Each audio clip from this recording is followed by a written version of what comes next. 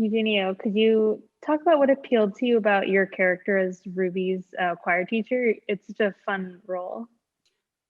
We decided to play it a little bit mean. Well, it's not that he's mean, it's just like very straightforward. You know, he's this kind of guy who's so much into his career.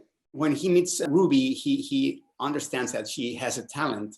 I mean, there's actually a lot of scenes where I was really mean with the kids in the choir. So these poor kids were not actors, a lot of them. They were like, you know, Berkeley choir kids. And there was one day where we just had them get up and sing for Eugenio, and he just insulted them. Like, he just cut them down and he was just improvising. And these poor kids, like, I just watched their faces fall and like them slink away. And then the next day, and I was like, guys, this is a movie. I swear this is not about you. But it was pretty funny. Thank you guys so much for joining us at Variety's virtual studio. I'm here with the cast and director of Coda. What has it been like to just hear the positive reactions from people who have seen it? One of the things that I wasn't expecting, but I started getting little videos from my friend who was at the drive-in in San Francisco, who sent me a little video when the film ended of all the cars honking their horns and flashing their headlights. So actually, like, those satellite screenings, I think, were a really special way for Sundance to be shared across the country. And it's been really exciting. My kids keep saying, like, Mom, stop looking at your phone, but I can't. Give me a break just this once. Let me look at my phone. And with social media being so prevalent, you have the advantage of being able to see people's reactions. It's very visually friendly for us as deaf people. I think there's a great opportunity to share each other's experiences. And we get to save gas. We don't have to drive anywhere. Sean, I know that this is an English language remake of a French film. Could you talk about just the challenges of adapting a movie, and if there was anything in specific that you wanted to change or do differently? I think there was a lot of heart in the original film.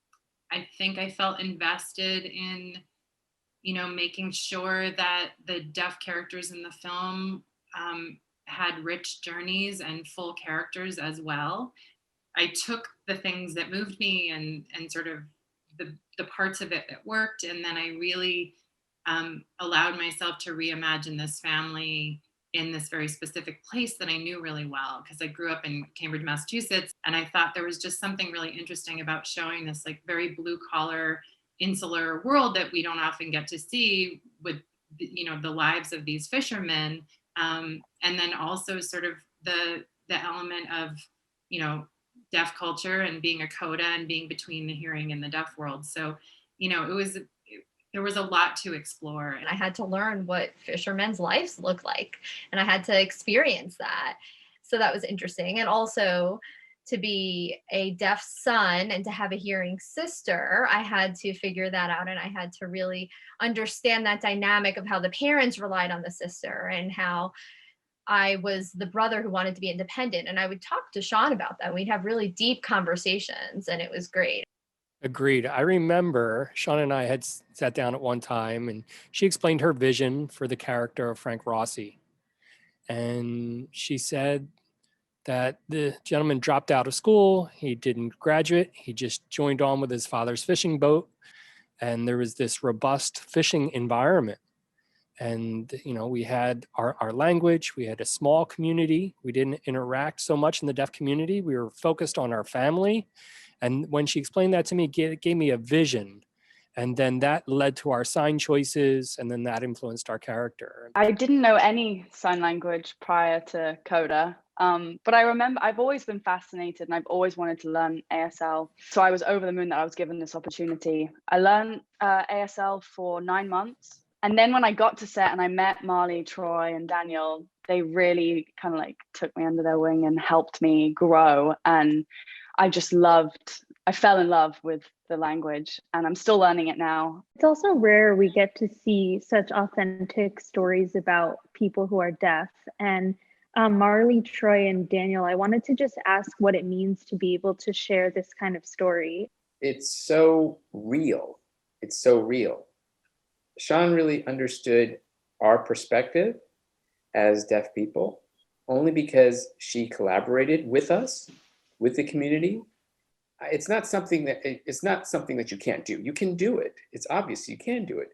It only takes someone who gets it, who is brave enough to write it and to make it happen. As simple as that.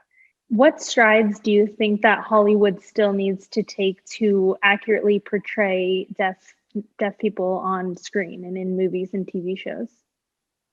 Real progress starts to get made where you can hold more than one story, where you're not trying to capture the entire deaf experience through one character. This is a family. They are fishermen. They have their own culture as fishermen. They also happen to be deaf. And so really getting to tell more specific stories that show a broad range of the deaf experience. I want to have Hollywood not be afraid to bring deaf actors into the conversation, deaf directors, deaf writers, to be able to see a point where they carry the film, whatever film you're talking about. I think everything starts by hiring deaf writers, deaf executives, and everything starts from the top. So I think that would help a lot to really increase diversity and inclusion in Hollywood. One scene in particular that is very touching and memorable is the choir show at Ruby's school. Yeah, the concert was a very interestingly difficult scene to cut. One of the things we really talked about in the editing room was, you've seen those scenes in movies that are big, it's the big showstopper where the kid finally gets up to sing. And we really wanted to subvert that, because this wasn't a moment about Ruby having her big moment. This was about, Ruby in this very important moment and the way that her family is able to share or not share in that. And so I think the concert combined with that scene afterwards that we shot in the back of the pickup truck with, Troy and Amelia, where she sings privately for her dad, and realize that it's not about the music in that moment. It's not about him understanding what's happening other than a closeness with his daughter and the intimacy involved with sitting together and putting your hands on your kid and, really trying to understand their dream. It is it's a love letter to family. And I think we're all in a place where, as hard as this year's been, I think if anything beautiful has come out of this year, it's exactly that I think we've really come to understand who the most important people are in our lives. And that's what it's really about at the end of the day. I second that. I third that. And you fourth that, and sixth that.